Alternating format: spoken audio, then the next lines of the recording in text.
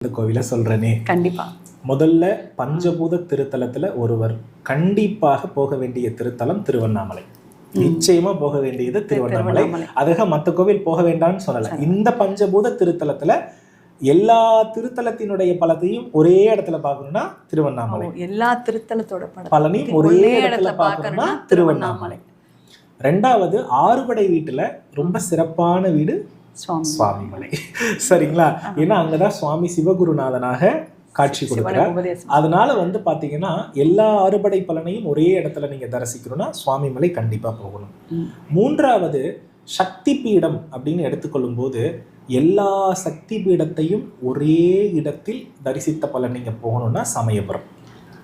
சமயபுரம் மாரியம்மனை வழிபட்டால் எல்லா சக்தி பீடத்தையும் ஒரே நேரத்தில் ஒரே நேரத்துல நம்ம பார்த்த ஒரு நிறைவை அந்த அம்பிகை நமக்கு அருள்வார்.